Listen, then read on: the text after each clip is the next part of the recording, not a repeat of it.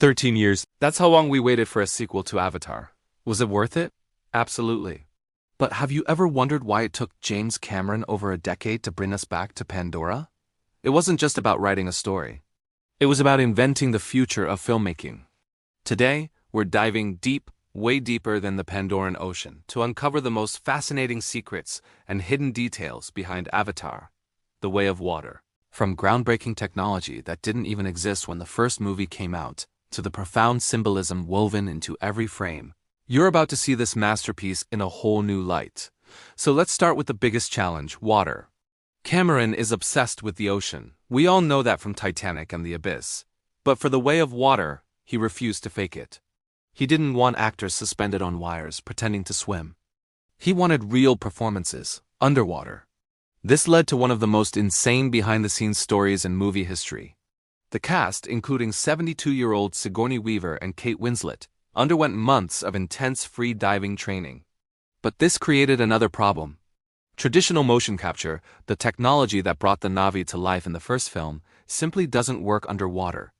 The reflective surface of the water would scatter the infrared light used by the mocap cameras, creating a mess of unusable data. So, what did they do? They invented a whole new system. Cameron's team at Weta Digital developed a groundbreaking underwater motion capture technique. They filled the water with small, white, semi-buoyant balls to give the camera something to focus on, allowing the system to differentiate between the actor's markers and the water's reflections.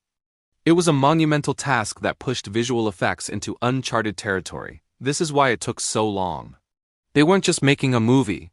They were pioneering the tools to make it possible. The level of detail extends to the biology of Pandora itself. The Metkayina clan, the reef people, are a perfect example. They're not just blue people who live by the water. Their design is a masterclass in speculative evolution.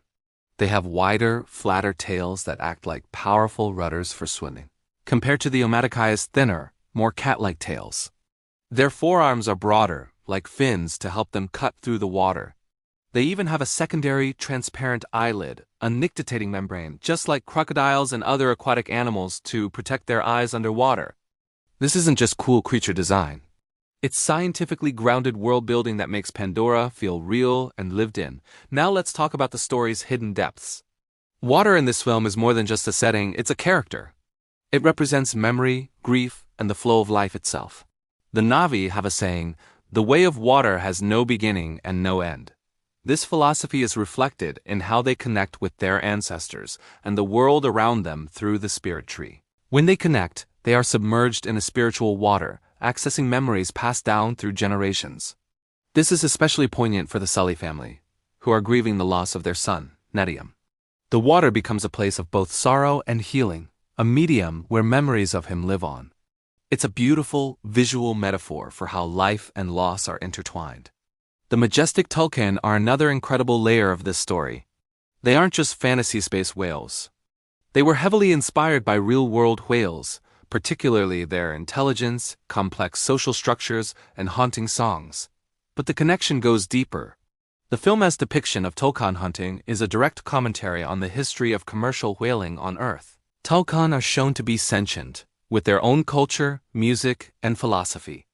The fact that some Na'vi once hunted them, and that the Metkayina now bond with them as spirit brothers and sisters, reflects the complex relationship humanity has had with these gentle giants. It's a powerful statement about conservation and respecting other intelligent life. Within this, we get the story of Payakan, the exiled tulkun. His journey is one of the most compelling arcs in the film.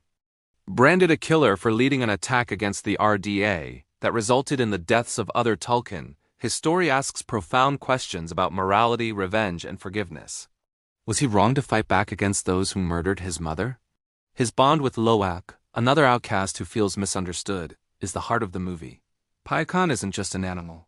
He's a character with moral agency, who made a difficult choice in a time of war. His eventual redemption when he fights to save the Sully family is a powerful moment that challenges the idea of absolute right and wrong. Did you notice the subtle visual motifs that Cameron weaves throughout the film? Pay attention to Jake Sully. In the first film, his journey was about gaining a new body, a new community. In this film, his journey is defined by loss. He loses his home, his son, and nearly loses his other children. There's a recurring visual of Jake being brought back from the brink of death, often pulled from the water by Neytiri or his kids.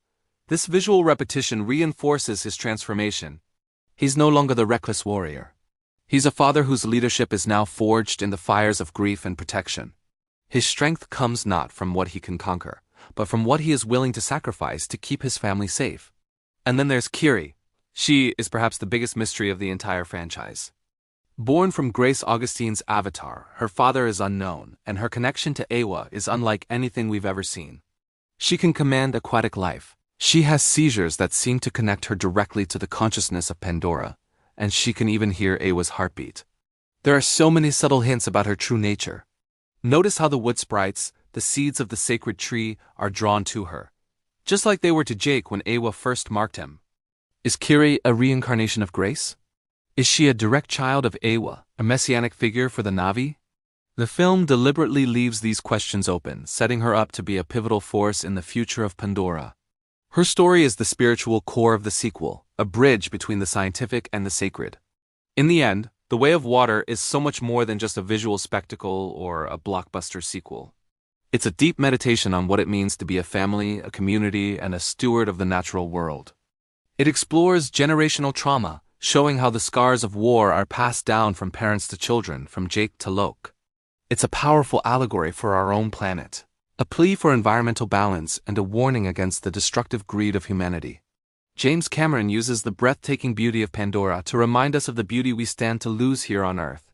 He forces us to look at our relationship with nature and ask if we are treating our world with the respect it deserves. It's a story about finding our place, protecting what we love, and understanding that all life, from the smallest creature to the largest ocean, is connected. So the next time you watch Avatar, The Way of Water, look beyond the incredible visuals. Look for the layers of meaning, the hidden details, and the profound questions it asks.